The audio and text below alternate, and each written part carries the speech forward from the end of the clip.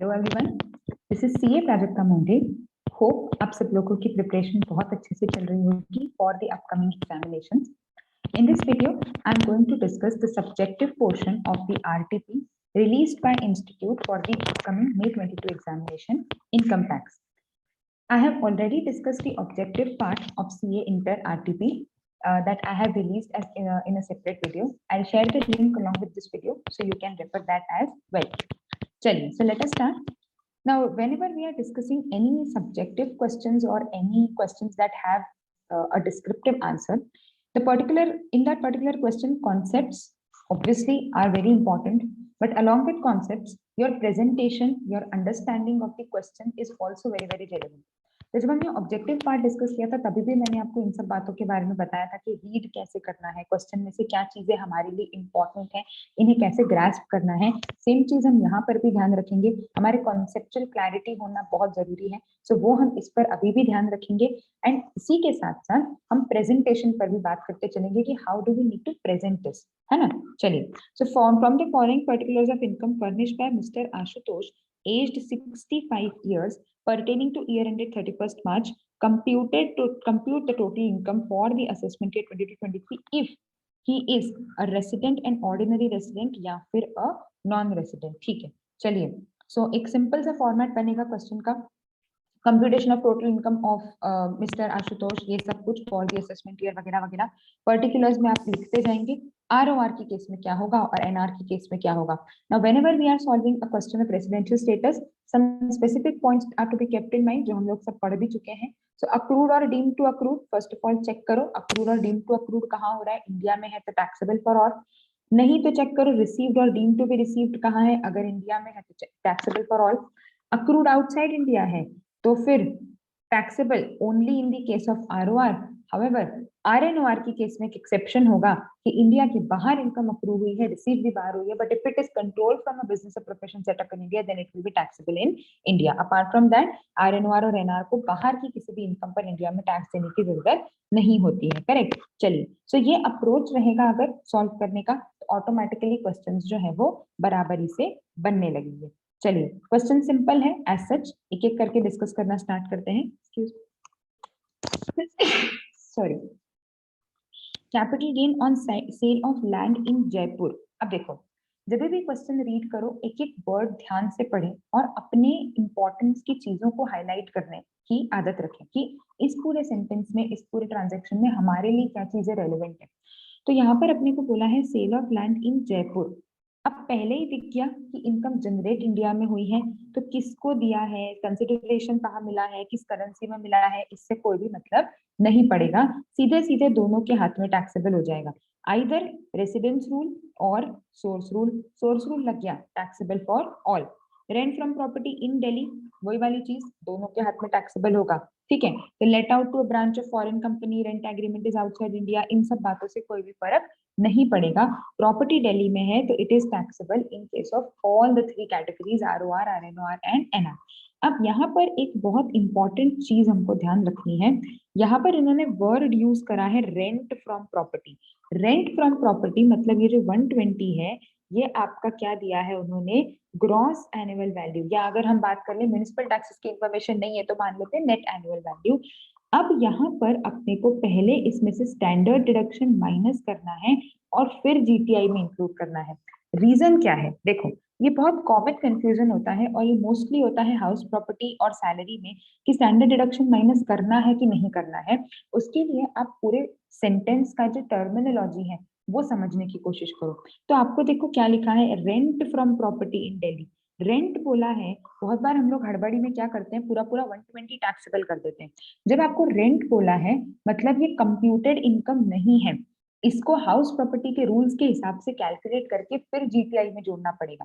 अगर यहाँ लिखा होता income from, income chargeable to tax under the head house property from a property in Delhi, तो फिर ये 120 एज इट इज क्या हो जाता, हमारे टैक्सेबिलिटी में ऐड हो जाता। Getting the point. सेम चीज सैलरी में भी ध्यान रखनी है। पहली चीज तो स्टैंडर्ड डिडक्शन माइनस करना है, हम यही बहुत बार भूल जाते हैं क्योंकि वो क्वेश्चन में लिखा नहीं होता, तो it goes out of our mind many a times. तो सबसे पहले तो वो चीज आप ध्यान रखें कि आपको स्टैंडर्ड डिडक्शन माइनस करना है। ठीक है, ये दिमाग में रखना है, तो फॉर्मेट दिमाग में रखना है हाउस प्रॉपर्टी का कि क्या स्टेप्स होती हैं कैलकुलेट करने की, और क्वेश्चन पढ़ के समझें कि ये जो फिगर दिया होगा ये स्टैंडर्ड डिडक्शन के पहले का दिया होगा कि स्टैंडर्ड डिडक्शन के बाद का दिया होगा, है ना। चलिए, तो अब इसमें तो माइनस करना पड़ेगा। 120 माइनस 30%, दैट इज 84,000। दोनों के हाथ में टैक्सेबल हो जाएगा 84,000, 84,000। चलिए आगे चलते हैं। Agricultural land in Nepal received in Nepal, accrue भी बाहर हो रही है, रिसीव भी बाहर हो रही है, तो आरओआर को तो टैक्स देना पड़ेगा, बट नॉन रेसिडेंट को टैक्स नहीं देना पड़ेगा। Interest from saving bank deposit, जैसे ही सेविंग बैंक दिखे दिमाग में टीटीए टीटीबी आ जाना चाहिए, ठीक है। ऐसी छोटी छोटी बातों का हमको ध्यान रखना है। टीटीए टीटीबी का डिडक्शन इन जनरली बहुत वैसा वाला होता है कि नॉर्मली हम भूल जाते हैं टाइप्स, क्योंकि जब हम टोटल इनकम को क्वेश्चन करते हैं उसमें भी टीटीए टीटीबी का डिडक्शन कहीं पे स्पेसिफिकली हाईलाइटेड नहीं होता है ना। जैसे एटीडी एटीसी आप पकड़ लेते हो कि हाँ पेड टू पेड एलआईसी पे डिपॉजिट इन पीपीएफ, या आपको सपोज डोनेशन का दिया है तो बेटीजी आपके दिमाग में आ जाएगा, बट सेविंग बैंक आप पढ़ते हो ऊपर इनकम साइड पे, फिर आप नीचे आ जाते हो डिडक्शंस में भूल जाते हो, वो चीज ध्यान रखनी है। तो छोटी छोटी बातों का ध्यान रखना बहुत इंपॉर्टेंट है। 18,000 अगेन, क्योंकि यूको बैंक है इंडिया में है, 18,000 दोनों के हाथ में हो जाएगा टैक्सेबल। जब हम डिडक्शंस निकालेंगे तब हम चेक कर लेंगे टीटीए मिलेगा टीटीबी मिलेगा, है ना, वो देख लेंगे। Income earn from business in London which is control from Delhi. अब बिजनेस कंट्रोल कहाँ से हो रहा है ये रेलेवेंट होता है आरएनओआर के लिए।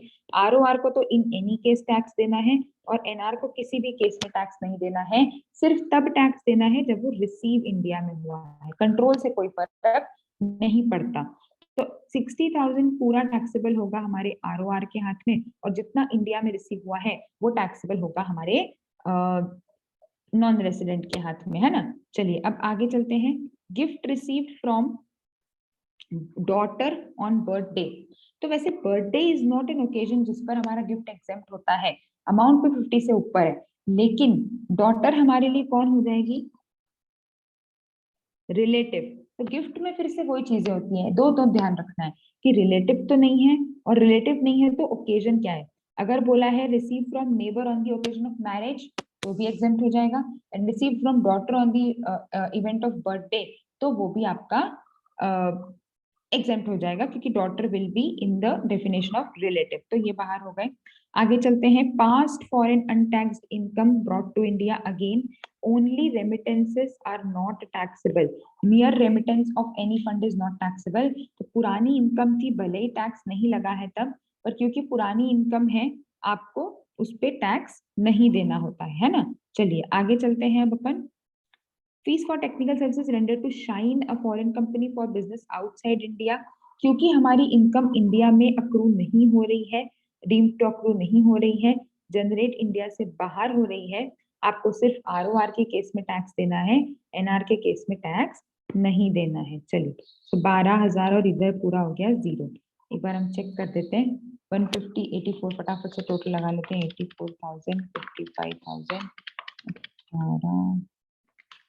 18 379, परफेक्ट। अब डिडक्शंस में हम लोगों को 18,000 का जो वो दिया हुआ है, अब 18,000 है हमारा सेविंग बैंक। क्वेश्चन में सबसे पहले मैंने एक चीज हाईलाइट करी है, देखो आप ध्यान से देखोगे तो एज्ड 65 ईयर्स, एज्ड 65 ईयर्स है मतलब सीनियर सिटीजन है। सीनियर सिटीजन है तो टीटीबी में जा सकता है, हाउएवर वो सिर्फ किसके लिए एप्लीकेबल होगा, रेसिडेंट के लिए। तो इन केस ऑफ नॉन रेसिडेंट आप टीटीए का डिडक्शन क्लेम करोगे, है ना, 10,000, और ये जो 50,000 का बेनिफिट है वो किसको मिलेगा, रेसिडेंट को, तो उसका पूरा का पूरा इंटरेस्ट क्या हो जाएगा, डिडक्शन उसको अलाउ हो जाएगा, ठीक है। सो टोटल इनकम आ जाएगी 361 और 277। This is how you will be computing the total income. So यहाँ पर अपने को उन्होंने बेसिक कॉन्सेप्ट्स बता दिए हैं। इन case of senior citizen being resident 60 years or more तो ATTB लगेगा, while in case of non resident TTA is a normal section जो दोनों में लगता है, रेसिडेंट और नॉन रेसिडेंट में। 10,000 inter Alia a bank is allowable as deduction at the ATTTA, तो इसलिए उधर हमने 10,000 दिया, इधर हमने 15 पूरा 18 पूरा अलाउ कर दिया, ठीक है। तो यहाँ पर प्लस यहाँ हमने कुछ थोड़े बहुत कॉन्सेप्ट्स भी एक्सप्लेन करने हैं, ये हमेशा ध्यान रखना है। whenever you are writing in the answer of DT, first explain the provisions कि किस बेसिस पर हम इसको टैक्सेबल या नॉन टैक्सेबल कर रहे हैं, और फिर आप उसको सॉल्व करो, है ना। तो ताकि उन्हें पता रहे कि सामने वाला तुक्का नहीं मार रहा है कि चलो टैक्सेबल चलो नॉन टैक्सेबल, उनको रीजंस भी मालूम है ना। चलिए आगे चलते हैं, question number 10। Now this is a very very good question, this is a very very good question and ऐसे क्वेश्चंस आने के सच में काफी चांसेस हैं। ऐसा क्वेश्चन आपके मॉड्यूल में भी उन्होंने दिया है, इलस्ट्रेशन है एक मॉड्यूल का, और उससे एक स्टेप आगे का क्वेश्चन है ये, ठीक है। उसमें उन्होंने फिर भी मतलब थोड़ा, इससे तो बेसिक क्वेश्चन है वो। तो यहाँ पर ये हमारे टैक्सेबिलिटी जो है 1727 और 7A की बात करता है, जो कि ये कहता है कि अगर 7,50,000 से ऊपर हमारे आरपीएफ, सुपर एनुएशन फंड या एनपीएस में पैसा जमा होता है तो वो टैक्सेबल होगा, और उस पर जो इंटरेस्ट कंपोनेंट होगा वो भी टैक्सेबल होगा। आपको याद भी आ रहा होगा, थोड़ा हम लोगों ने जब पढ़ा है तब हम लोगों ने इसके ऊपर एक फॉर्मूला दिया हुआ है टीपी का, टैक्सेबल परक्विजिट कैलकुलेट करने का, पीसी बाय 2 × R, वो वाला जो फॉर्मूला है उसके हिसाब से हमने समझ के इलस्ट्रेशन वगैरह पूरा पूरा सॉल्व किया है। If you want first go through that provision, first देख लें एक बार और फिर ये क्वेश्चन करें। अदरवाइज क्वेश्चन तो मैं शुरू से ही पूरा सॉल्व करवाऊंगी, तो आपको वैसे भी सॉल्व करना बन जाएगा। तो चलिए शुरू करते हैं। Mr. Sunil is the CEO of Sheetal Textiles Limited. His basic salary is 6 lakhs per month. He is paid 8% as DA. He contributes 10% of his pay and DA towards RPF. तो employee ने कितना contribute किया है पहले देख लेते हैं। Employ contribution तो बेसिक है 6 lakhs प्लस 8% का डीए है,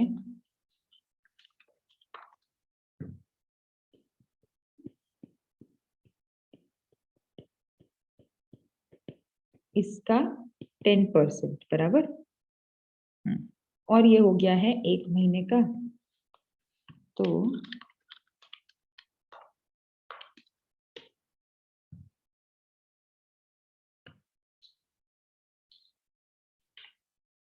7,77,600 बराबर, मतलब 7.5 लाख के ऊपर है। 7.5 लाख के ऊपर है तो जितना एक्सेस है वो हमारा 27,600 इज टैक्सेबल अंडर 1727। अब बात करनी है 1727A, कितना हुआ 77,600, ये 1727 है ना। अब बात करनी है अपने को 1727A, that is the interest component. 1727A interest component, तो इंटरेस्ट कंपोनेंट में हमारा जो फॉर्मूला था वो हम सबसे पहले देख लेते हैं। चलिए, तो formula is PC by 2R PC1 TP1 into R। Now what is the basic concept of this formula, देखो वो समझते हैं पहले, तो थोड़ा सा शॉर्ट में। बेसिक हमने उसमें तो पढ़ा ही हुआ है, जब हमने मतलब चैप्टर्स रीड करे हैं। PC1 + TP1 to R, ये है taxable perquisite. PC2 is the current year's excess contribution, मतलब PC बेसिकली क्या आएगा 27,600। Rate is the average rate of that fund जिस बेसिस पर आपको इंटरेस्ट रिसीव हुआ है। PC1 TP1 क्या होता है, तो PC1 TP1 आपका अभी तक का टैक्सेबल जो भी मतलब एक्सेस रह चुका है और उस पर जो इंटरेस्ट लग चुका है करंट ईयर से पहले का, वो होता है इनटू हमारा रेट, है ना। सो ये हम लोगों को एक एक करके डिस्कस करना शुरू करना है। सो अब देखें कि PC1 TP1 हम लोगों का क्या क्या रहेगा ना। यहाँ पर इस क्वेश्चन में हम पहले तो क्वेश्चन पूरा एक बार अगर हम देखें ध्यान से, एक बार पहले क्वेश्चन रीड कर लेते हैं ध्यान से, तो हमको 2 सालों का कैलकुलेशन करना है। That is what I am saying that this question is very very important, because इसमें उन्होंने दोनों चीजें डाली। जो मॉड्यूल में क्वेश्चन है वो एक ही साल की बात करता है, तो उस साल का टैक्सेबल निकाल लिया। अब उस बेसिस पर अगले साल का कैसे निकलेगा वो भी कॉन्सेप्ट इन्होंने यहाँ इंक्लूड किया है। तो चलो आगे पढ़ते हैं। सेम कंट्रीब्यूशन कंपनी का भी हो रहा है, तो इतना ही कंट्रीब्यूशन एम्प्लॉयर ने भी दे दिया, है ना, इसीलिए टैक्सेबल हो गया। हम 17 की बात करेंगे। 17 किसकी बात करता है, कंट्रीब्यूशन ऑफ एम्प्लॉयर की बात करता है ना। एम्प्लॉय का कंट्रीब्यूशन वहां पर हम डिस्कस नहीं करते। परक्विजिट वैल्यूएशन मतलब भाई एम्प्लॉयर ने जितना दिया है तो ठीक है, same amount is contributed by the employer. The accumulated balance in recognized provident fund on 1st of April 2020 and 31st March ये is इतना इतना इतना। ओके, तो अब सबसे पहले अपन तीनों फिगर्स नोट कर लेते हैं। 2020, 31st March 21, या आप इसको कह सकते हो 1st April 21 और 31st March 22, है ना। कितना आएगा अमाउंट, 5035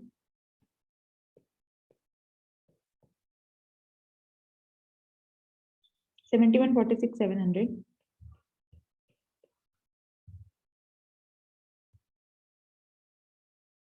9457 700। अब इसमें कॉन्ट्रीब्यूशंस कितने कितने हुए हैं, क्वेश्चन का दिया है आगे और अपने को। Compute the perquisite value chargeable to tax under ये for the assessment year 21 22 and 22 23। तो पहले हम चलते हैं असेसमेंट ईयर 21 22 में, ठीक है। अमाउंट तो सेम ही है, तो ये तो उतना ही आएगा, 27,600 उतना ही आएगा।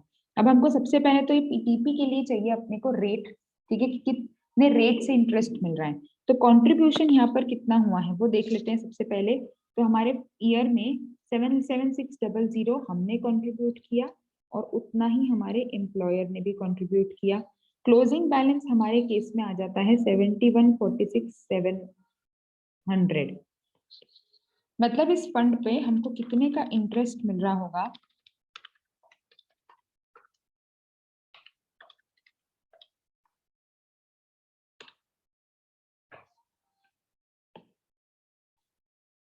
करेक्ट, 556500 556500 है ना।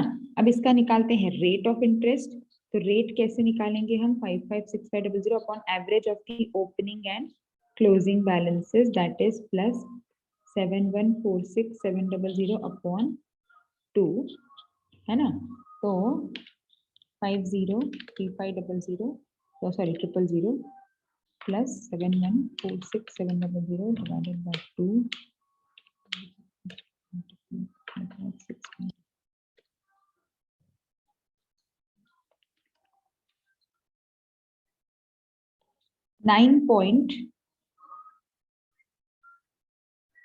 9.14 करेक्ट।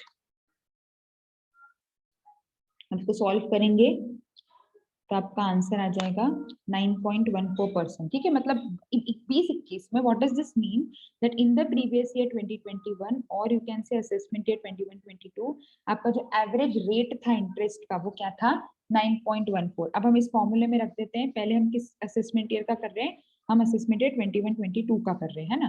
तो PC/2 मतलब आपका आएगा 27,600 अपॉन 2 into 9.14%। तो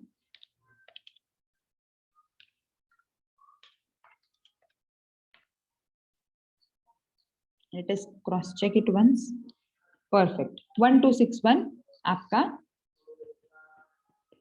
आंसर आ रहा है। क्लियर, तो ये बात हो गई 21-22 की। अब चलें 22-23। अब 22-23 में पहले तो करंट ईयर का काम कर लेते हैं, फिर वो TP1 PC1 पे चलेंगे, ठीक है।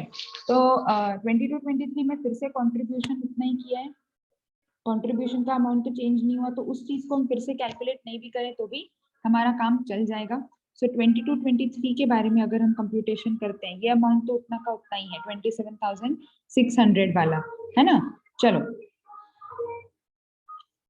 अब आगे चलते हैं, परक्विजिट वैल्यू निकालनी है।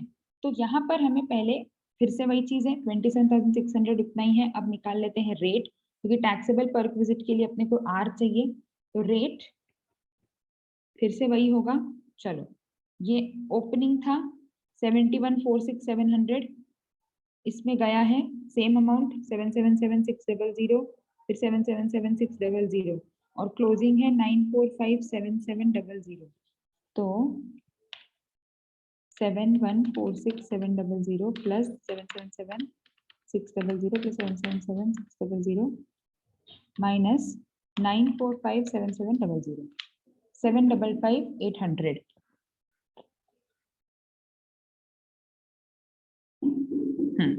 ठीक है, तो टोटल हमारे फंड पर कितने का इंटरेस्ट मिला है अपने को इस साल, 755,800 का इंटरेस्ट मिला है। तो रेट ऑफ इंटरेस्ट सेम वैसे ही जैसे हमने अभी निकाला, upon opening 7146,700 plus closing 9457,700 upon 2 into 100 that is average 7146,700 plus 9457,700 divided by 2 divided is equals to into 755,800 into 100 9.10%, correct 9.10% हमारा हो गया इंटरेस्ट रेट, है ना। अब यहाँ पर ध्यान से समझना है चीज को। टीपी तो शुरुआत का पोर्शन तो सिंपल है, जितना एक्सेस कंट्रीब्यूशन है उसको हमने डिवाइड बाय 2 करा ऑन एन एवरेज लेने के हिसाब से into 9.10% plus TP1 PC1। Now what is the meaning of TP1 PC1? TP1 PC1 का कॉन्सेप्ट ये है कि देखो जो अमाउंट इस साल एक्सेस है उस पे इस साल तो टैक्स लग रहा है ऑब्वियसली, लेकिन जो पिछले सालों का एक्सेस था, जो पिछले साल टैक्सेबल हुआ, और दोनों चीजें मतलब पिछले साल का एक्सेस प्लस पिछले साल के एक्सेस पे जो इंटरेस्ट है, वो पैसा तो अभी भी उसी फंड में है, तो करंट ईयर में उसके ऊपर भी तो इंटरेस्ट मिलेगा, तो वो इंटरेस्ट भी क्या हो जाएगा, टैक्सेबल हो जाएगा। करेक्ट, सिंपल कंपाउंडिंग वाला लॉजिक। तो यहाँ पर आपको इस अमाउंट पे तो इंटरेस्ट देना ही है टैक्स, लेकिन जो पिछले साल का एक्सेस है क्योंकि उस पे भी इस साल इंटरेस्ट मिला, प्लस जो पिछले साल का आपका इंटरेस्ट कंपोनेंट है टैक्सेबल वाला, कितना अमाउंट था वो 12 कुछ था ना, फिगर क्या था 1261, इसके ऊपर भी आपको इस साल इंटरेस्ट लगा होगा, और क्योंकि वो टैक्सेबल पोर्शन का इंटरेस्ट है तो वो ऑटोमेटिकली क्या हो जाता है, टैक्सेबल हो जाता है, divided by 2 into 9.10 divided by 100, 1256 plus 27,600 plus 1261 into 9.10%, 2626 plus 125 3882। आई बात समझ में? सो इस तरीके से हमको ये कैलकुलेट करना है। तो this is very very important question. उन्होंने दोनों सालों का अपने को सिखा दिया इस क्वेश्चन में कि पिछले साल का टैक्सेबल हुआ होगा तो क्या होगा, और इस साल टैक्सेबल हुआ होगा तो अगर आपको सिर्फ करंट ईयर की इन्फॉर्मेशन आती है तो आपको ये वाला तरीके से करना रहेगा, अगर आपको 2 साल की इन्फॉर्मेशन आती है तो फिर आपको इस तरीके से करना रहेगा। प्रॉपर प्रेजेंटेशन होगा, प्रेजेंटेशन हमने जैसे सॉल्व करा वो सब तो डालना ही है, साथ में इन टर्मिनोलॉजीज को समझ लो कि पीसी क्या होता है, PC1 क्या होता है, TP1 क्या होता है, तो आप जब एक्सप्लेन करेंगे just the procedure if you can see in the module, तो वो चीज, ये वाला जो कंट्रीब्यूशन होता है PC1 जो है वो आपका किस चीज का देखा जाता है, PC is your employers contribution, ठीक है। जो 17 सेक्शन बात करता है, जैसे मैंने पहले भी बताया कि परक्विजिट तभी लगेगा जब एम्प्लॉयर कंट्रीब्यूट करेगा, इनपुट के कंट्रीब्यूशन पे तो परक्विजिट लगना नहीं है। सो हमने कंप्यूटेशन जो करा है वो कंट्रीब्यूशन हम किसके उस पर टैक्स लगाते हैं, मतलब ये जो एक्सेस वाला चीज ये आपका एम्प्लॉयर कंट्रीब्यूशन पर लग रहा है। एम्प्लॉय ने भी 2.5 लाख से ज्यादा कंट्रीब्यूट किया है तो again this is an amendment कि 2.5 लाख से ऊपर अगर एम्प्लॉय कंट्रीब्यूट करता है तो उस एक्सेस पे जो इंटरेस्ट आता है वो भी टैक्सेबल होता है, but that is a different part. ये आपका 17 सेक्शन मतलब आपके 1727 और 7A से रिलेटेड नहीं जाएगा। Since the employee's contribution in RPF exceeds it will also be chargeable to tax. तो ये भी आपको ध्यान रखना है कि इस एक्सेस पर जो इंटरेस्ट है, क्या बोला है देखो, interest on excess is taxable, ठीक है। तो कंफ्यूज नहीं होना है कहाँ पर एम्प्लॉयर कंट्रीब्यूशन है कहाँ पर एम्प्लॉय कंट्रीब्यूशन है, वो चीज ध्यान से समझनी है। I will also releasing a video on specifically PF contribution, क्योंकि बहुत सारी चीजें हो गई हैं पीएफ में, एम्प्लॉयर के कंट्रीब्यूशन पे क्या ध्यान रखना है, एम्प्लॉय के कंट्रीब्यूशन पे क्या ध्यान रखना है, विड्रॉल पे क्या ध्यान रखना है। तो आरपीएफ में ही 3-4 आपस में चीजें हैं जो कनेक्टेड हैं, तो उन सारी चीजों को लेकर के एक merged video I will be releasing, so that will be very much helpful for the examination point of view कि एग्जाम में अगर पीएफ दिखता है तो अपने को किन किन बातों का ध्यान रखना है, ठीक है। चलिए अब आगे आ जाते हैं। Question number 11, Mr. Aditya, a proprietor of Star Stores, has 2 units. On 1st of April 21, he has transferred unit 2, which is has started on 2004-5, ठीक है। तो यूनिट है तो समझ आ गया होगा आपको, स्लम सेल है। मैक्सिमम केसेस आपको इसमें ऐसे ही मिलेंगे आरटीपी में जो किसी ना किसी अमेंडमेंट वाले पार्ट से रिलेटेड होंगे। स्लम सेल में एक अमेंडमेंट आया है, हम लोगों ने स्टैट्यूटरी अपडेट वाले पार्ट में भी डिस्कस किया है, मैंने स्पेसिफिकली स्लम सेल का भी एक वीडियो रिलीज किया है आप लोगों के लिए। सो अगेन उनकी लिंक्स भी मैं साथ में शेयर कर दूंगी, just go through it. If you have any issues feel free to discuss. By way of slum sale for a total consideration of 18 lakh, professional fees और ट्रांसफर एक्सपेंसेस दे रखे हैं, बैलेंस शीट दी है 31 मार्च की और उसी दिन हमने ट्रांसफर कर दिया है, ठीक है। Land of unit 2 was purchased for 5 lakh in the year end revalued, काफी हद तक मॉड्यूल जैसा ही क्वेश्चन है। No individual value of asset is considered, patents were acquired on which no depreciation has been provided, furniture of unit 2 was purchased on which no depreciation has been provided, okay. Fair market value of capital asset transferred by way of slum sale of unit 2 is 18 lakh. अब slump sale में जो change आया है वो यही change आया है कि जब आप अभी तक कंसिडरेशन कैलकुलेट करते थे तो सिंपल आपको सिर्फ क्वेश्चन में दिया होता था, आपको उसी को पकड़ना होता था।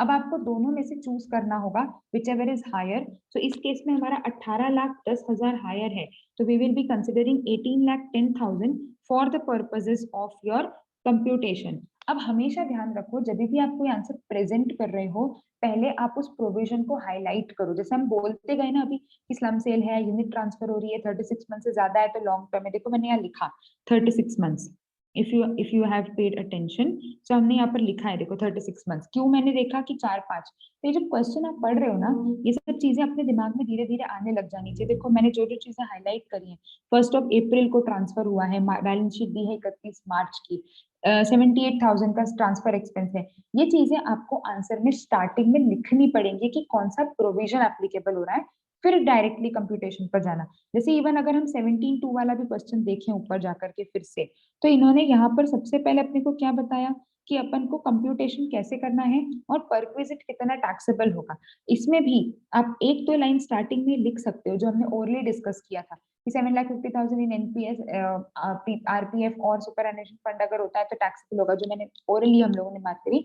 सो that is also to be written in the answer. That is the best way of presenting answers in DT कि पहले प्रोविजन बताओ कि कौन सा प्रोविजन आप लगा रहे हो और फिर उसका कैलकुलेशन शो करो।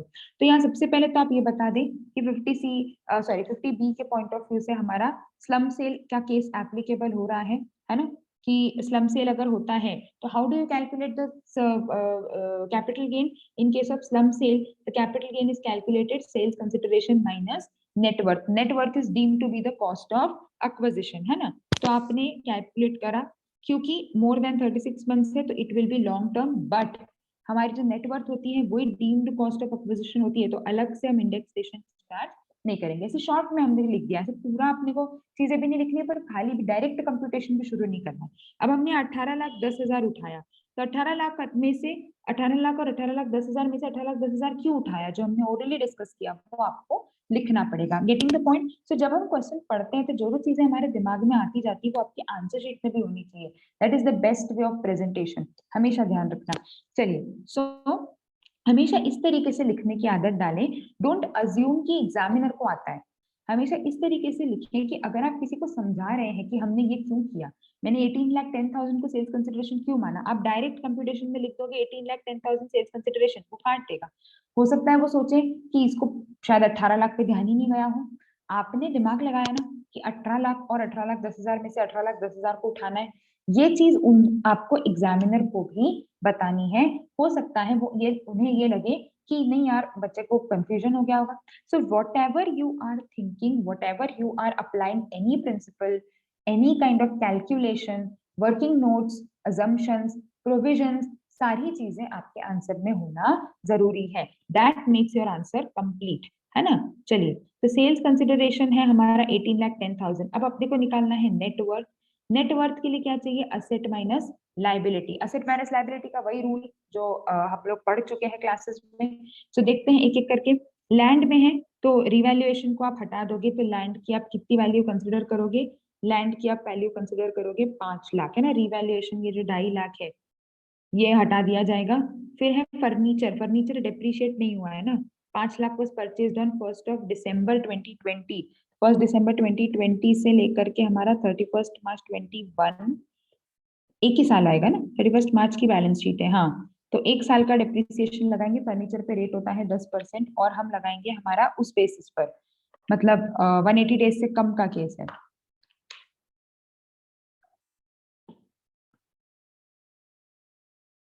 $4,75,000 करेक्ट। चलो, तो लैंड की डेप्रिसिएशन अगेन इस पे आपको चार्ज करके दिखाना पड़ेगा। 5 लाख माइनस 5%। क्यों 5%? लेस देन 180 डेज का केस है। ये देखो इसका पूरा वर्किंग नोट। तो ये इस तरीके से आपको प्रेजेंट करना है ना। तो आपने माइनस करा 50% क्योंकि लेस देन 180 है। अब आ जाते हैं पेटेंट पर। पेटेंट पे भी उन्होंने डेप्रिसिएशन चार्ज नहीं किया है। तो पेटेंट का केस क्या दिया हुआ है? Patents were acquired with no depreciation. ये 1 साल पहले का है, बस सेम डेट है, बस साल पुराना है, तो 2 साल का लग जाएगा। पेटेंट की वैल्यू दी है 725। पहले साल इसमें भी लेस देन वो लगेगा तो 25%, मतलब अपना हो जाएगा 12.5% का डेप्रिसिएशन, है ना। 7,25,000 माइनस 12.5% माइनस फिर फुल ईयर का डेप्रिसिएशन, तो 475,781, है ना। तो ये हो गया हमारा वैल्यू ऑफ पेटेंट। पहले साल 12.5% माइनस होगा क्योंकि लेस देन 180 डेज का केस है, फिर 25% पूरा माइनस होगा इंटेंजिबल्स का रेट। बेसिक असेट्स की रेट्स याद रखो, इंटेंजिबल्स, फर्नीचर, आपका प्लांट एंड मशीनरी का जनरल रेट, बिल्डिंग का जनरल रेट 475,781। परफेक्ट। चलिए अब आगे चलते हैं। बैलेंस शीट में और कौन सी असेट्स दे रखी है अपने को, ये ले लिया अपन ने, फर्नीचर ले लिया, पेटेंट ले लिया, डेटर तो बुक वैल्यू आ जाएगी, है ना। तो लैंड है तो उस पे डेप्रिसिएशन तो लगता नहीं है, बुक वैल्यू लेंगे, बस रिवैल्यूएशन को कंसीडर नहीं करा। ये हो गई सारी असेट्स। अब टोटल लगा देते हैं इनका, plus 5 lakh plus 475 plus 3.5 lakh, तो 1 लाख, सॉरी 1 लाख नहीं, 18 लाख, हाँ 18,781, करेक्ट। लायबिलिटीज, तो यूनिट 2 की liabilities, bank loan 30%, 255, trade creditors 20% per unit 2, यहाँ पे 70% पर यूनिट 1 बोला है तो 30% अपना हो गया, 20% यूनिट 2 बोला है तो 4.5 लाख का 20% आ जाएगा 90,000, और हमारा है 30% per unit 2।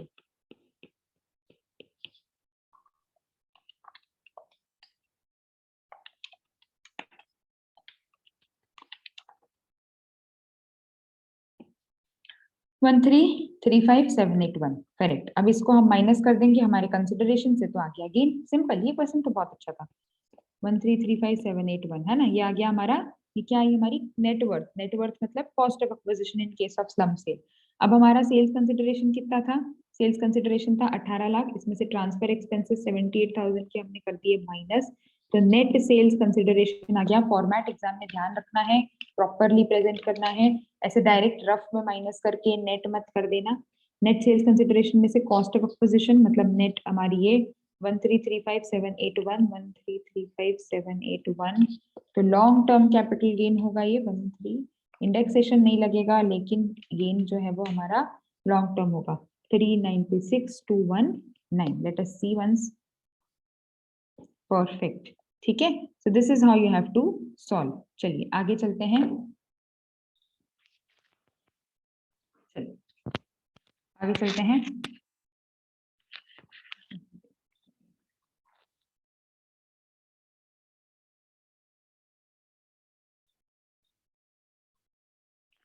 Mr. Samrat and his wife Miss Komal holds 12% voting power in each ABC. Okay, 12% voting power each in ABC Private Limited. दोनों का 12% वोटिंग पावर है। मिसेस सम्राट तो मिलाकर के हो गया 24। Mr. Samrat and Mrs. Komal are working. However, Mrs. Komal is not qualified for this job. I hope आप लोगों को क्लियर हो गया होगा, क्लिक हो गया होगा कि हम क्लबिंग की बात कर रहे हैं। From the following information in respect of 21-22 required to compute GTI. काफी सिंपल क्वेश्चंस, कंपैरेटिवली काफी सिंपल क्वेश्चंस हैं इन दिस पर्टिकुलर आरटीपी। अगर हम बात करें एंड ऑब्जेक्टिव के कंपैरिजन में, वैसे भी आजकल आरटीपी इसी तरीके से मोस्टली ऑब्जेक्टिव क्वेश्चंस में वो केस सिनेरियोज में उसमें काफी अच्छी ट्विस्ट और काफी अच्छे पॉइंट्स डालते हैं, so that is very very important for us to understand. Dividend दिया है 22,000, 45,000 इज रिसीव्ड बाय मिस्टर सम्राट। अब देखो यहाँ पर क्वेश्चन पढ़ के तो इजी लग रहा था, कुछ कुछ अच्छे ट्विस्ट इसमें भी डाले हैं उन्होंने। बहुत माइन्यूट चीजें होती हैं और क्वेश्चन गड़बड़ हो जाता है। डिविडेंड रिसीव हुआ है, डिविडेंड अर्नड और डिविडेंड रिसीव्ड में अंतर है। डिविडेंड रिसीव्ड बोला है मतलब ये नेट ऑफ टीडीएस होगा, तो हमें इसको क्या करना पड़ेगा, ग्रॉस अप करना पड़ेगा जब हम कैलकुलेट करेंगे तब, है ना। Mr Samrat has instructed the company to pay 50% of his dividend to Kajal, daughter of his deceased brother, ठीक है। Salary earned by Mr. Samrat and Mrs. Komal is 850 and year, but she is not qualified for the job. और दोनों का मिलाकर के substantial interest भी है, तो आप क्लब कर दोगे। Business income earn from Mr Samrat is इतना, सैलरी अर्नड दिया है, ठीक है। Interest on fix deposit earned by Mrs Komal is 9 lakh. So वही हमें टर्म्स सब जगह ध्यान रखने, कहाँ अक्रूड बोला है, कहाँ रिसीव्ड बोला है, कहाँ अर्नड बोला है, उसका हमारी टैक्सेबिलिटी पर क्या इम्पैक्ट आएगा। Their son aged 10 years having PAN received interest of 54,000 from bank on FD created by his grandfather in his name। सारे क्लबिंग के ही प्रोविजंस हैं। चलिए शुरू करते हैं एक एक करके। सबसे पहले तो इसका फॉर्मेट देखो कैसे बनेगा। आप GTI कंप्यूट कर रहे हो, computation of gross total income, हमें हेडिंग सबसे इंपॉर्टेंट है। और या तो आप दो अलग अलग बना सकते हो या एक साथ बनाओ, तो ध्यान रखना एक साथ बनाने में गड़बड़ क्या हो जाती है कभी कभी, कि जैसे हम मतलब जैसे कोई फिगर सिर्फ इसके हाथ में टैक्सेबल, इसके हाथ में टैक्सेबल नहीं है, तो कंफ्यूजन हो सकता है। बेटर ये भी है कि आप दो अलग अलग फॉर्मेट बना लो, एक पे बनाना है एक पे बना लो। ठीक है, तो शुरू करते हैं। सबसे पहले सैलरी अर्नड बोला है अपने को, ठीक है, जस्ट सेकेंड। वही वाली बात जो मैंने हाउस प्रॉपर्टी में बताई थी आपको कि अच्छा एक चीज और, रैंडमली लिखना शुरू नहीं कर देना है।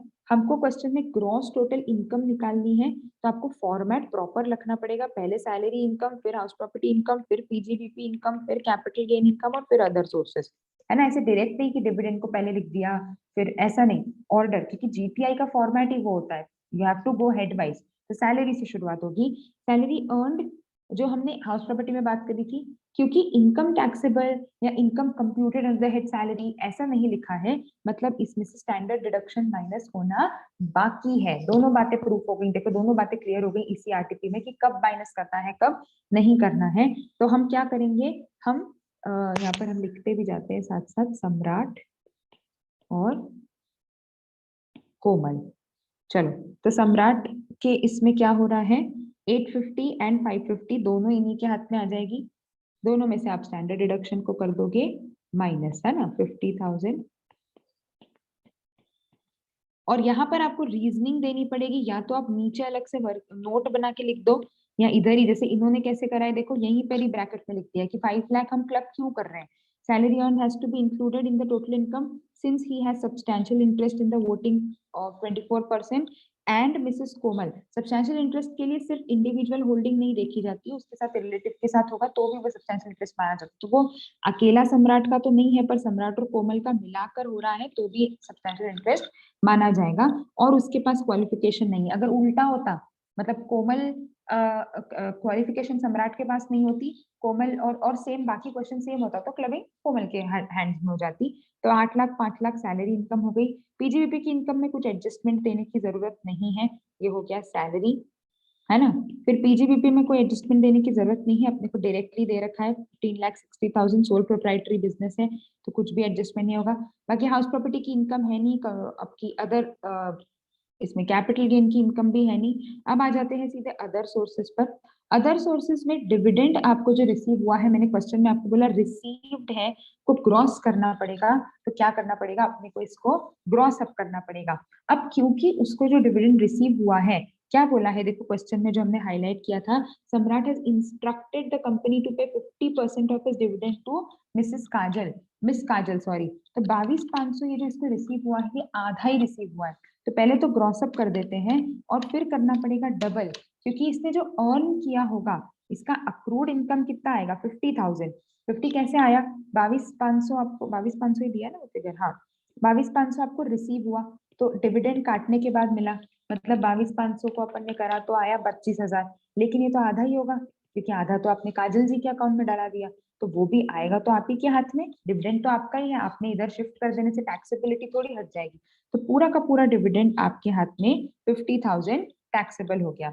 दूसरा वो जो उसका डिविडेंड है वो तो उधर ही जाएगा, कोमल का डिविडेंड जो है अगेन उसको भी ग्रॉस अप करना पड़ेगा, तो डिवाइडेड बाय 90%, 50,000 आपका टैक्सेबल हो जाएगा कोमल के हाथ में और दोनों के हाथ में। अच्छा, दोनों के हाथ में बराबर बराबर ही आ रहा है, हाँ बराबर भी है, 12-12% की होल्डिंग है। तो ये सम्राट और कोमल, तो कोमल में ये आ गया अदर सोर्सेज में डिविडेंड, ये भी 50,000 हो गया यहाँ पर टैक्सेबल।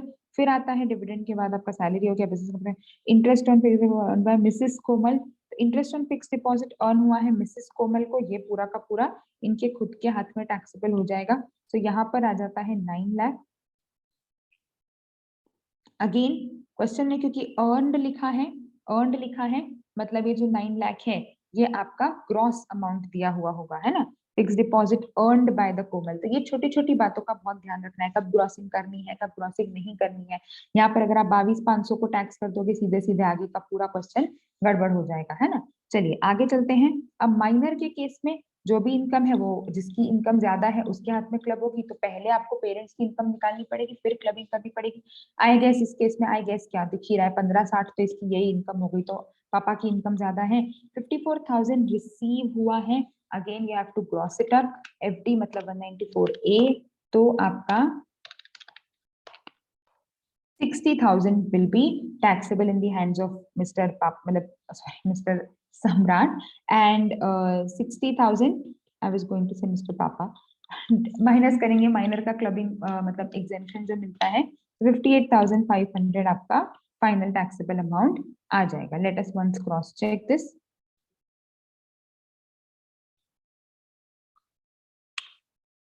है ना, हम लोगों ने एक एक करके पहले हेड वाइज चले, फिर जो जो क्लब होना है वो ऐड करके हमारा टोटल इनकम आ गया। अब क्वेश्चन में आपको जीटीआई बोला है, टीआई बोला है, खैर वैसे डिडक्शंस की इन्फॉर्मेशन तो वैसे नहीं, जीटीआई, तो क्वेश्चन यहीं पर आकर के रुक जाएगा। आई बात समझ में? So this is how you have to solve the case questions that include specifically clubbing वाले प्रोविजंस। और अगर माइनर की क्लबिंग है तो फिर 1500 वाला एग्जेम्पशन, वापस वही चीज कि 1500 वाला एग्जेम्पशन जो है वो अपने को भूलना नहीं है ना। वो चीज वापस वही होता है कि क्वेश्चन में लिखी नहीं होती तो हमको हाईलाइट नहीं होती। अब इसमें कैसी कौन सी चीजें गलत हो सकती थी, देखो मैंने शुरुआत करी थी क्वेश्चन बड़ा आसान है वाला, बट काफी सारी ऐसी चीजें थी जो हमसे मिस हो सकती थी। जैसे यहाँ पर हम 12% देख करके कंफ्यूज हो सकते थे कि 12% है तो क्लबिंग होगी कि नहीं होगी, वो दोनों का जोड़ना है, ये एक इंपॉर्टेंट बात है जो मैंने यहाँ लिखा भी है, देखो 24। उसके बाद आपको नेट ऑफ टीडीएस वाली चीजें जो गड़बड़ हो सकती है, नहीं आप 50% तो ध्यान रखते, बहुत सारे स्टूडेंट्स ने ये जरूर किया होगा कि 22,000 इंटू 2 कर दिया होगा, बट नेट ऑफ टीडीएस वाली चीज अगर आपने ध्यान नहीं रखी तो आंसर गड़बड़ हो जाएगा, तो वो जरूर ध्यान रखना है। सैलरी अर्नड बाय मिस्टर सम्राट, मैंने देखो जो जो सारी हमने हाईलाइट करे पढ़ते पढ़ते, उन सारे पॉइंट्स पर ही ट्रिक्स थे। हमारा ये रिसीव्ड वाले पे ट्रिक था, हमारा अर्नड में हमको स्टैंडर्ड डिडक्शन की चीज समझ में आई, हमको interest on fix deposit earned में टीडीएस का कॉन्सेप्ट क्लियर हुआ, हमको यहाँ पर फिर से फिक्स डिपॉजिट पे मैंने रिसीव्ड हाईलाइट किया था, वापस उसमें हमको नेट ऑफ टीडीएस वाली चीज हाईलाइट हुई, और क्योंकि ये एज्ड 10 ईयर्स है, माइनर है, तो 1500 की एग्जेम्पशन वाली चीज, वो एज वाला भी मैंने देखो हाईलाइट किया है। तो ये जो चीजें होती है पढ़ते पढ़ते अपने आप आने लगती है, प्रैक्टिस से अपने आप आने लगती है, कि छोटी छोटी बातों से ही क्वेश्चन बनते हैं या बिगड़ते हैं। तो ये जरूर ध्यान रखें। हम लोग टाइम तो दे देते हैं, पढ़ते भी हैं क्वेश्चन, लेकिन फिर भी बहुत बार बेसिक बेसिक चीजें मिस आउट हो जाती है, वो नहीं हो, बस वो ध्यान रखना है। चलिए, Mr Rajesh, a resident individual, furnished the following information with respect of income and loss. Salary दी है, income, long term capital loss on sale of shares, STT has been paid both at the time of acquisition and sale, ठीक है। Loss from let out property in Delhi, ठीक है। Interest on self occupied property in Mumbai, ठीक है। Winning from lottery, ठीक है। Cost of acquisition of lottery tickets, ठीक है। Profits and gains from manufacturing businesses after deducting normal and additional depreciation. Long term capital gain on sale of house property, बराबर, ठीक है। Other details of brought forward losses are as follows. Compute GTI and the loss, if any, that can be carried forward if he wants to opt for the provisions of for the first time. Okay, 115 BSc, very good question, this is a very good question. So 115 BSc opt करना है तो losses से related क्या क्या चीजें होती हैं, या डेप्रिसिएशन से रिलेटेड क्या क्या चीजें होती हैं, कि एक तो सेल्फ अक्वायर्ड प्रॉपर्टी का ये बेनिफिट उसको नहीं मिल पाएगा, loss from let out property किसी और हेड से एडजस्ट नहीं हो पाएगा, और अनअब्जॉर्ब एडिशनल डेप्रिसिएशन नहीं मिल पाएगा। ठीक है, चलो शुरू करते हैं। सबसे पहला,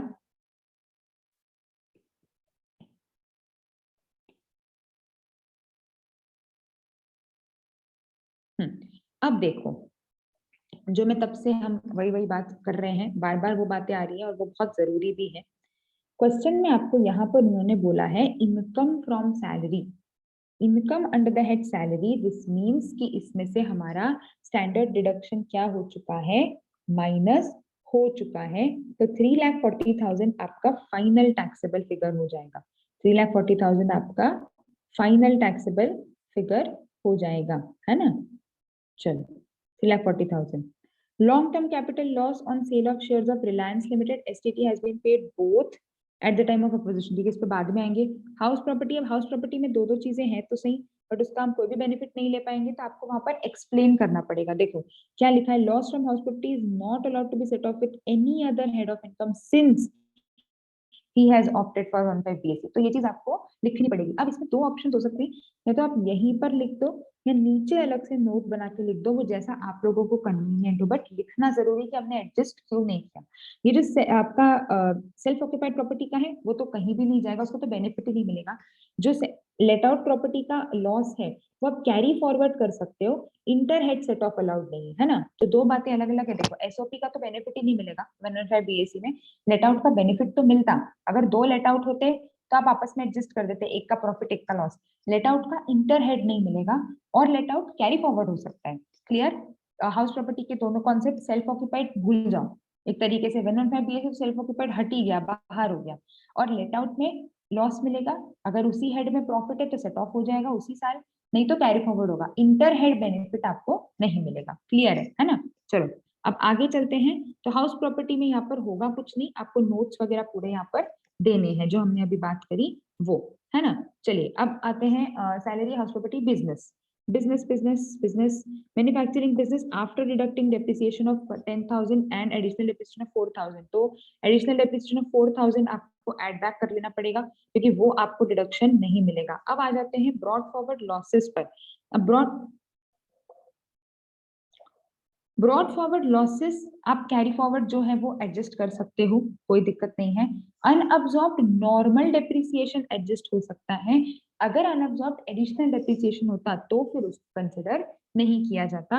brought forward loss from owning and maintenance resources, ये तो वैसे भी सिर्फ रिसोर्सेस से हो सकता है, तो ये तो वहां पर एडजस्ट होगा नहीं. तो 1 लाख की हमारी बिजनेस इनकम थी, 1 लाख में से मतलब 96 था, उसको अपन ने 4,000 जोड़ा, 1 लाख हो गया. 1 लाख में से 35,000 का लॉस है और 10,000 का हमारा वो है अनअब्सॉर्ब्ड नॉर्मल डेप्रिसिएशन. तो ये हमारी आउटर कॉलम में इनकम सैलरी कितनी आ गई, फिर 1 लाख माइनस 45,000, तो 55,000 हमारा बिजनेस इनकम आ जाएगा. करेक्ट. चलो अब आगे बढ़ते हैं. Capital gain. कैपिटल गेन में फिर से दोनों चीजें हैं ना, कुछ लॉन्ग टर्म लॉस है 1,15,000 का, फिर लॉन्ग टर्म कैपिटल गेन है 140 का, और भी कुछ है क्या कैपिटल गेन का, नहीं. तो ये तो सीधा सिंपल है, 140 में से 115 को एडजस्ट कर देंगे. लॉन्ग टर्म कैपिटल गेन तो सिंपल है, इजीली दिया है उन्होंने, है ना. तो 140 में से हम कैपिटल गेन की इनकम पर आ गए. 140 में से 115 हमने कर दिया एडजस्ट, 25,000 हमारा टैक्सेबल हो गया. परफेक्ट. अब अदर सोर्सेज में इसमें मुझे एक ही दिख रहा है, विनिंग फ्रॉम लॉटरी दे रखा है अपने को. अगेन यहाँ पर वर्ड विनिंग यूज हुआ है, तो ये ग्रॉस है. लॉटरी में भी ग्रॉसिंग की बहुत दिक्कत आती है. लॉटरी अमाउंट रिसीव्ड फ्रॉम ऐसा कुछ लिखा है तो फिर आपको फिर उसको ग्रॉस करना पड़ेगा, है ना. 30% से टीडीएस कटा होगा. विनिंग है मतलब इतना आप जीते हो, तो ये ग्रॉस दिया होगा. तो 40,000 आपका ये ऐड हो जाएगा. This will give you the lottery. आपका अदर सोर्सेस डिडक्शन 10,000 की तो मिलेगी नहीं, है ना. टिकट विकेट का डिडक्शन तो मिलता नहीं है लॉटरी इनकम में से कुछ. ये टोटल आपका जीटीआई हो जाएगा. लॉस आप कैरी फॉरवर्ड कौन सा कर सकते हो, जस्ट सेकेंड देख लेते हैं अपन. 460. परफेक्ट. कौन सा लॉस कैरी फॉरवर्ड हो जाएगा, तो ये जो आपका ये वाला लॉस है हाउस प्रॉपर्टी वाला करंट ईयर का 75,000 वो आगे जाएगा ही, और जो 50 पुराना चला आ रहा है वो और आगे चला जाएगा. इसमें ईयर लिखा नहीं है, अगर इसमें ईयर लिखा होता, अगेन क्वेश्चंस में क्या क्या और आ सकता है एडिशनल वो भी हम ध्यान रखते जाएंगे. तो इसमें अगर ईयर लिखा होता तो आपको चेक कर लेना पड़ेगा एक बार कि फिर ये 22-23 के आगे ले जाया जा सकता है कि नहीं. जो टाइम लिमिट होती है ना 8 साल 4 साल, जिस भी लॉस की जो भी टाइम लिमिट है, तो अगर वो लॉस किस साल का है ये भी दिया है तो उस चीज का भी अपने को ध्यान रखना है ना. चलिए मिस्टर ऋषभ अ रेसिडेंट, आगे आ जाते हैं क्वेश्चन नंबर 14.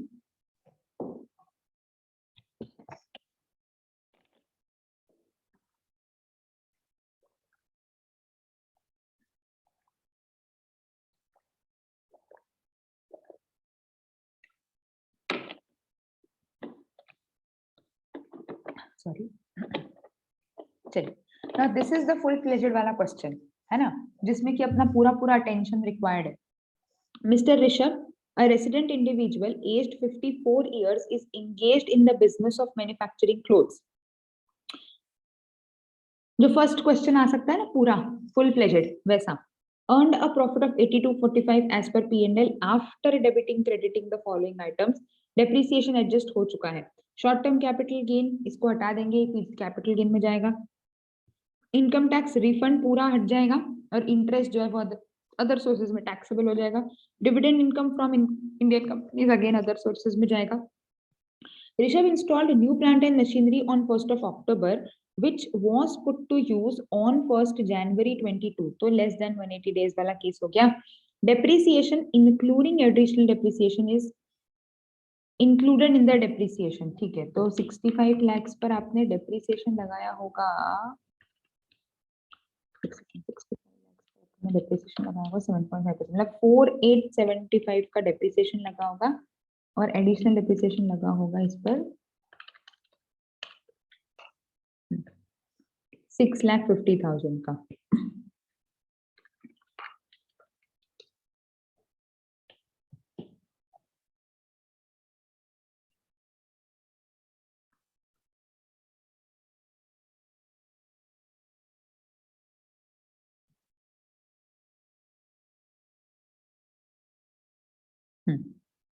चलिए ठीक है. वैसे अभी इसका कोई अपने को रेलेवेंस नहीं है, just for calculation sake I just calculated. Included in the depreciation which also computed as per income tax rules. ठीक है. Mr. Rishabh took a loan of SBI 50 lakhs on 15 September 21 to purchase such plant and machinery. Okay. Total interest up to 31 March has been paid and has been debited to P&L. Now this is very important adjustment. हम लोगों ने 43(1) के मतलब जब हम actual cost discuss करते हैं और जब हम सेक्शन 36 पढ़ते हैं तब उसमें एक इंटरलिंकिंग चीज आती है कि जब आप किसी भी असेट को परचेज करने के लिए कोई लोन लेते हो तो पुट टू यूज तक का जो इंटरेस्ट है वो कैपिटलाइज होगा, उसके बाद का कोई भी इंटरेस्ट कैपिटलाइज नहीं होगा.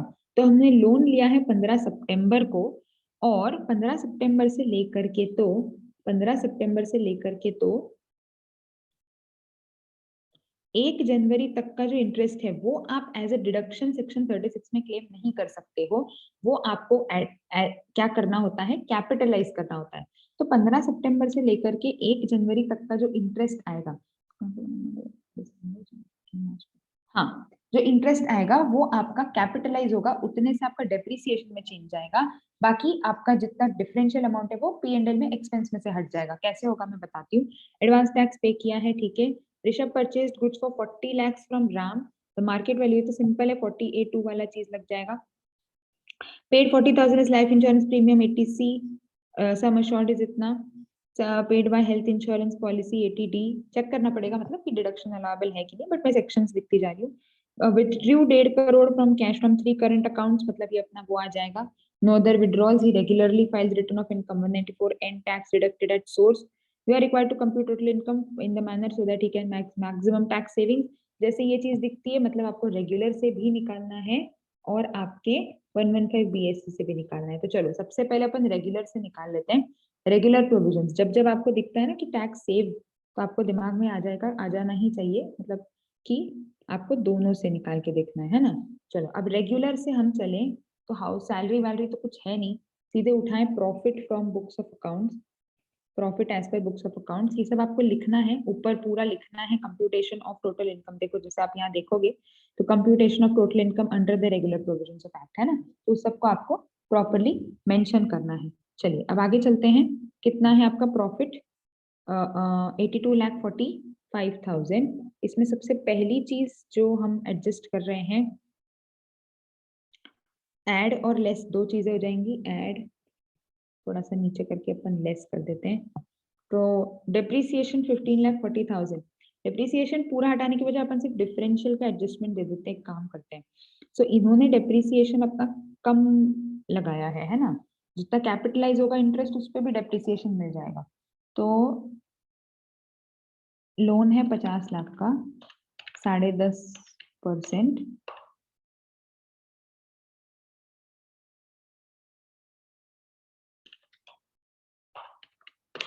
153,125, 3.5 महीने का, करेक्ट.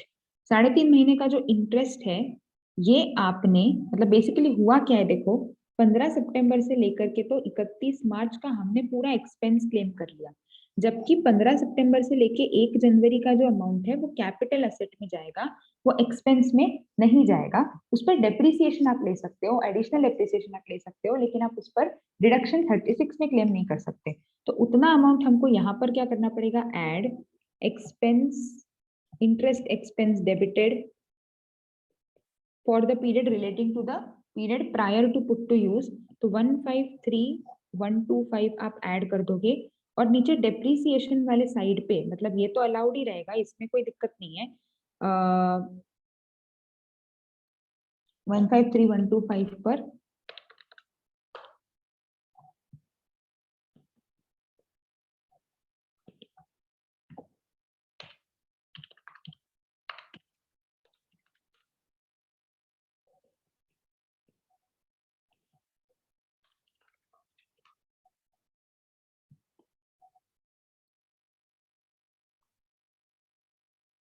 हम्म 26,797 करेक्ट।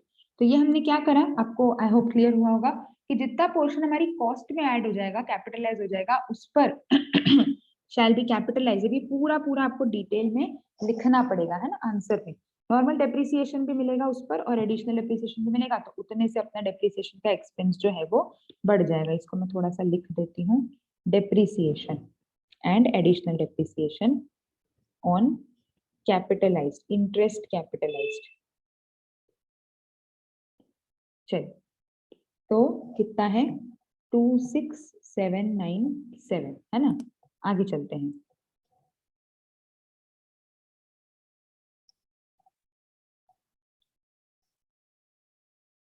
रिसीव्ड, ये शॉर्ट टर्म कैपिटल गेन हटा देते हैं, short term capital gain 10 lakh ये अलग से जाएगा।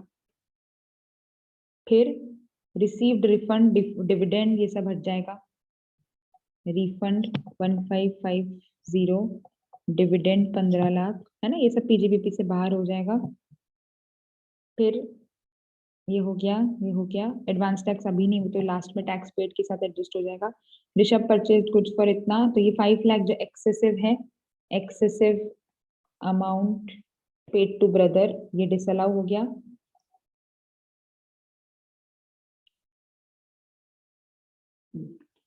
तो मेरे ख्याल में हमारे पीजीबीपी के एडजस्टमेंट सारे हो गए, एक बार क्रॉस चेक कर लेते हैं। चलो, ये हमने ऐड कर दिया, ये हमने ऐड बैक कर दिया, और लेस में 1550 ये और एडिशनल डेप्रिसिएशन भी माइनस हो जाएगा। बढ़िया, चलो तो पीजीबीपी की इनकम आ गई अपनी।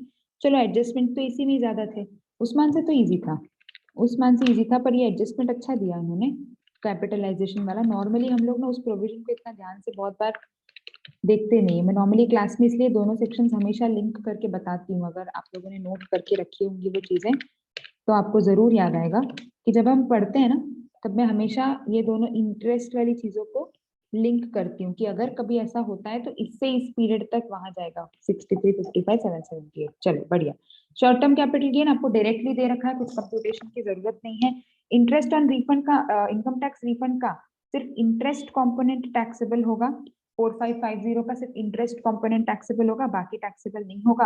और डिविडेंड इनकम भी आपको डायरेक्टली ही दे रखा है, तो वो आप अदर सोर्सेज में जोड़ के आपकी जीटीआई निकाल लोगे। अब जीटीआई पे अगेन ऊपर की बातें, अच्छा पहले तो डिडक्शंस माइनस करने हैं। सबसे पहले तो एटीसी एटीडी आपका पूरा पूरा अलाउड है, दोनों ही केसेस वैसे दिए हैं उन्होंने जो अलाउबिलिटी में है।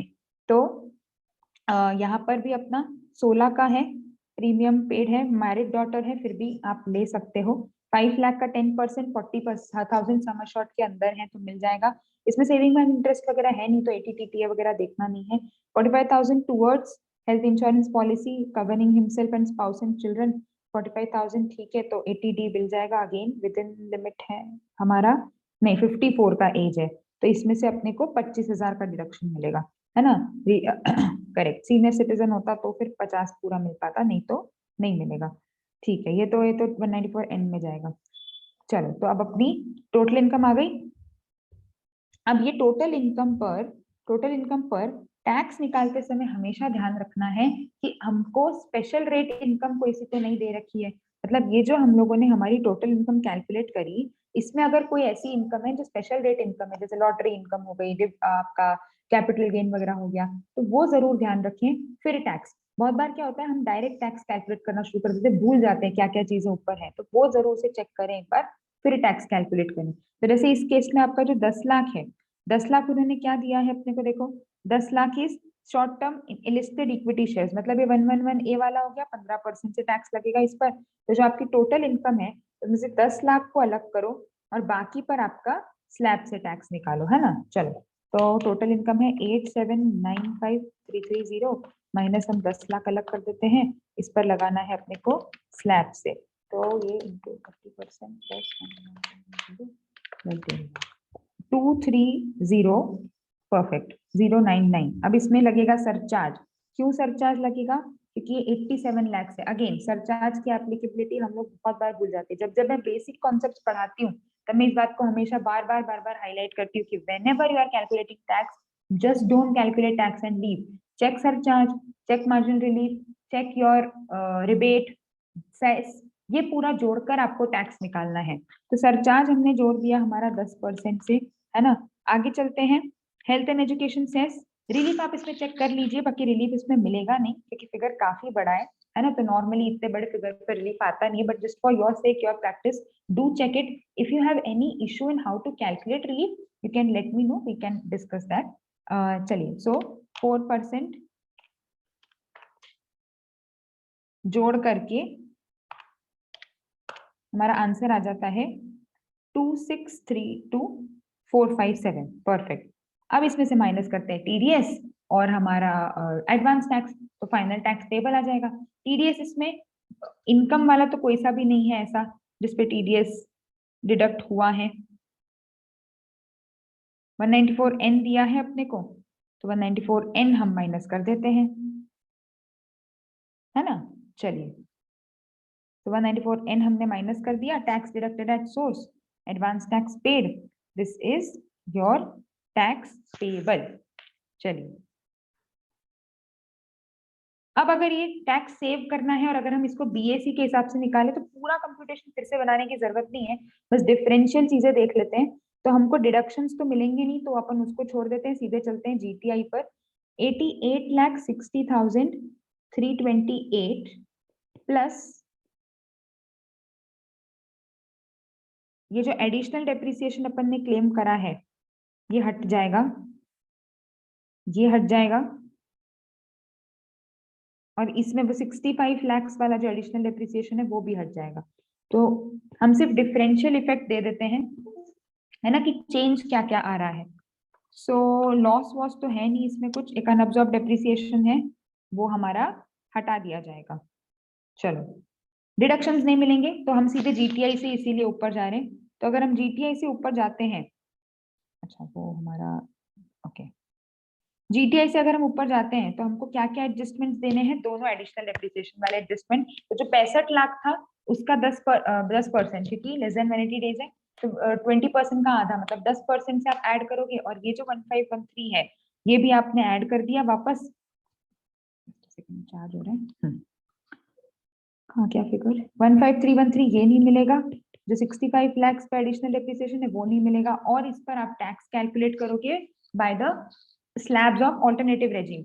Again, in case of alternative regime also, 111A as it is applicable होगा, तो वो अपने को as it is लगाना है, बस स्लैब आपका कौन सा लग जाएगा, 2.5, 2.5 से 5, 5 से 7.5, 7.5 से 10, 10 से 12.5, 12.5 से 15, और अबव 15 30%, और रेट 5, 10, 15, 20, 25, 30। बहुत सिंपल है ये स्लैब याद रखने के लिए, 2.5 लाख इधर बढ़ता है तो 5% इधर बढ़ता है, ठीक है। टैक्स हमने कैलकुलेट कर लिया, तो अब हमारे पास अगेन आपका जो भी टैक्स है उस पर सरचार्ज जुड़ जाएगा, क्योंकि टोटल इनकम अभी भी हमारी 50 लाख के ऊपर है, माइनस हो जाएगा इसमें से हमारा टीडीएस, तो हमारा टैक्स पेबल आ गया।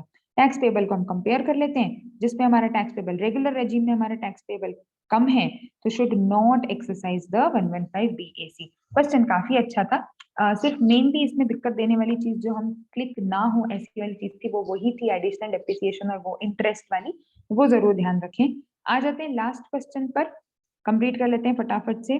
आई होप थ्योरी है तो कर लेंगे जल्दी से। Mrs Shivani is a US citizen, she got married to Mr Shriram, an Indian citizen. She then has been staying in India, she has a bank account in US, sold a residential house in US, 15 से वो यहाँ आ गई है, ठीक है, and earned a long term capital gain of 2 lakhs, invested the whole consideration in 54 EC. She does not have any source of income in India. Is she required to furnish income tax return of income? If yes, can she furnish a belated return of income? अब again यहाँ पर पहले आप provisions बताएं कि कब return file करना जरूरी होता है, कब नहीं होता है। तो अगर आपकी इनकम 2.5 लाख के ऊपर है before giving effect to 54 EC, तो आपको रिटर्न फाइल करना है, अदरवाइज फाइल नहीं करना है। और इसमें वो वाली चीज भी लग जाएगी क्योंकि ये व्यक्ति अपनी वो है, मतलब बाहर प्रॉपर्टीज वगैरह होल्ड करती है, तो वो भी अपने को ध्यान रखना है। तो चलो सबसे पहले तो रिटर्न फाइलिंग 139 में जो जो सारी चीजें अपने को बोली है कि रिटर्न कब फाइल करना है, वो जो जो इनके केस में एप्लीकेबल है प्रोविजंस पहले लिखने हैं। तो पहले तो हमने 2.5 लाख वाला जनरल रूल बता दिया। फिर हमारे केस में every person being resident other than not ordinary resident would be required to file a return even if his total income does not exceed basic exemption limit, if holds any asset located outside India or as a signing authority, she is a resident and ordinary resident, क्योंकि वो तब से 15 से यहीं रह रही है तो ROR हो गई वो अपनी। Total income of Mrs Shivani is 2 lakhs, वो तो बिफोर गिविंग इफेक्ट 2 lakhs है, पर क्या बोला है, however since she has a bank account she has to furnish return of income, है ना। तो ये वो वाले केस में आने, तो आपको सारे केसेस सोचने जब भी आपको रिटर्न फाइलिंग का, वही मैं हमेशा बोल रही हूँ, जो भी क्वेश्चन एग्जाम में आया है उससे रिलेटेड सारे प्रोविजंस दिमाग में लेकर के और फिर चेक करो हमारे केस में क्या एप्लीकेबल है और क्या नहीं है ना। जैसे डिविडेंड ऊपर हम लोगों ने उसकी बात करी थी, एफडी इंटरेस्ट की उसकी, तो टीडीएस तो अपने को ध्यान रखना है कि हाँ टीडीएस वाली चीज भी आ सकती है। Yes she can furnish belated return, अगर नहीं है तो वो प्रोविजंस बता दो कि कब तक। बिलेटेड रिटर्न में भी अमेंडमेंट आया है पर्टिकुलर पीरियड में, तो वो आपको ध्यान रखना है कि 3 मंथ्स प्रायर हो गया है। अब पहले जो एंड ऑफ द मतलब ईयर होता था असेसमेंट ईयर, वो 3 मंथ्स प्रायर हो गया है। So this is how you will B solving the questions. Now in the last part of the series I'll be releasing the GST portion, so till then solve these things. If you have any issues feel free to discuss. In general भी अगर आपको कहीं पर भी कोई specific guidance या कुछ भी असिस्टेंस की जरूरत फील हो रही है specifically in income tax regarding the practice or your presentation or anything, we can discuss. All the very best for your examinations.